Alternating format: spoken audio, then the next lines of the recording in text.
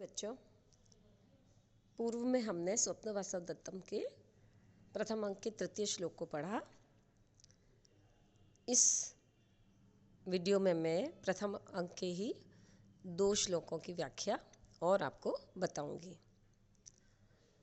चौथा श्लोक है जिसमें योगेंद्रायण कहते हैं कि पूर्वं त्वं त्वया अपि अभिमतं गतम् एव असि, श्लाघ्यं गमिष्यसि पुनः विजयेन भर्तुः, कालक्रमेण जगतः परिवर्तमाना चक्रांक पंक्तिः इव गच्छति भाग्य पंक्तिः। बहुत ही सुंदर श्लोक है जिसमें एक उक्ति विशेष कही गई है कि चक्रांक पंक्ति इव गच्छति भाग्य पंक्ति। अर्थांतरन्यास अलंकार है क्योंकि विशेष से सामान्य का समर्थन इसमें किया गया है। कवि कहते हैं कि सदैव स्थितियां जीवन की एक जैसी नहीं चलती। वो जब वासव दत्ता और योगेंद्रायण को कोई भट्ट हटाता है कि आप हटिए हटिए, तो योगेंद्रायण को लगता है कि कहाँ ये वासव दत्ता महारानी है और उन्हें धृष्टतापूर्वक हटाया जा रहा है।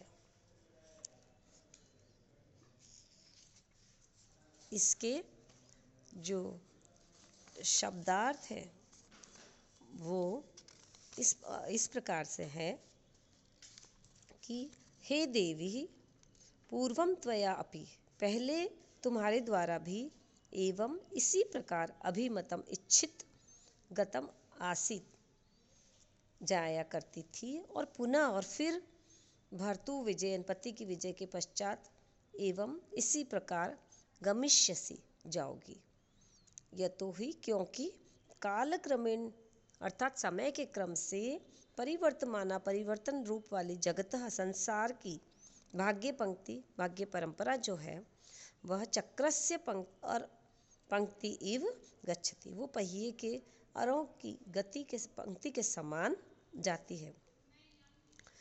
अर्थात वो वासव दत्ता को समझाता है कि आप दुखी मत होइए।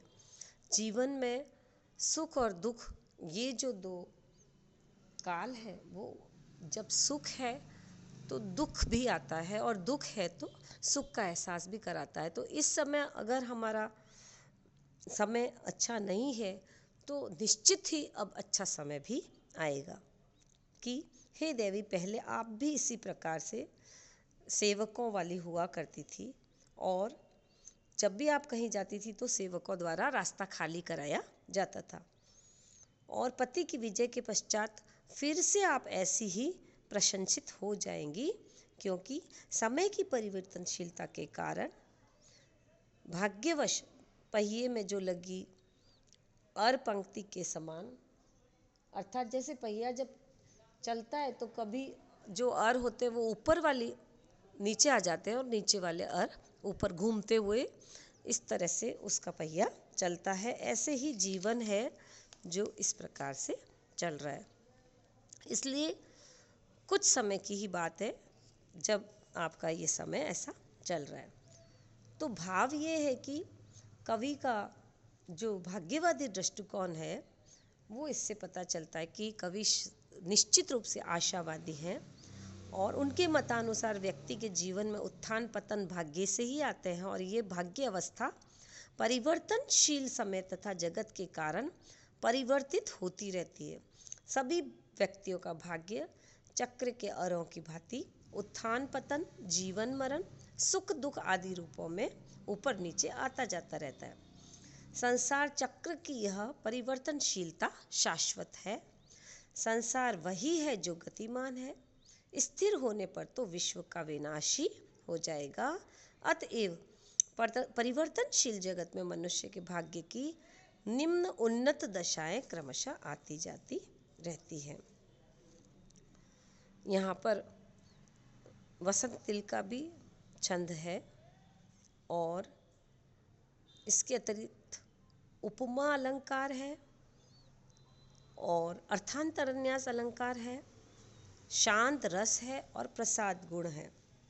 व्याकरण में आप काल क्रमेण जैसे समास कालस्य क्रमेण षष्ठी तत्पुरुष समास लिख सकते हो। भाग्य पंक्ति भाग्यस्य पंक्ति षष्ठी तत्पुरुष समास लिख सकते हो। श्लाघ्यम में श्लाघ है धातु और ण्यत प्रत्यय है। विजयन में वी उपसर्ग जी धातु और अच प्रत्यय है। ये आप लिख सकते। 5वां श्लोक है परिहर्तु भवान नृपापवादम न परुषम आश्रमवासीसु प्रयोज्यम नगर परिभवान विमुक्तुमेते वन अभिगम्य मनस्विन वसंती। अर्थात आप, कंचुकी कहता है उनको कि आप राजा की निंदा नहीं होने दें और राजा की निंदा दूर करें। आश्रम वासियों से कठोर वचनों का प्रयोग नहीं करना चाहिए, क्योंकि ये नगर में होने वाले तिरस्कार को छोड़ने के लिए ही तो वन में आकर रहते हैं। चूँकि कांचुकी वहाँ पर योग्य व्यवहार नहीं कर रहा है, इसलिए भट्ट वहाँ पर योग्य व्यवहार नहीं कर रहा है, इसलिए कांचुकी उसको कहता है कि राजा का योग्य व्यवहार ज्ञाता कुशल सेवक कांचुकी होता है और वो भी यज्ञनारायण के मन में स्थित जो विचार है उनको जान ही लेता है और उसके समान ही बात करते हुए कहता है कि अगर आप इन तपस्वियों को तिरस्कार और कठोर वचन कहेंगे तो यह तिरस्कार इनका नहीं अपितु राजा का भी है, और चूंकि ये शांत वन में रहते हैं तो इनका इस प्रकार से तिरस्कार करना उचित नहीं है।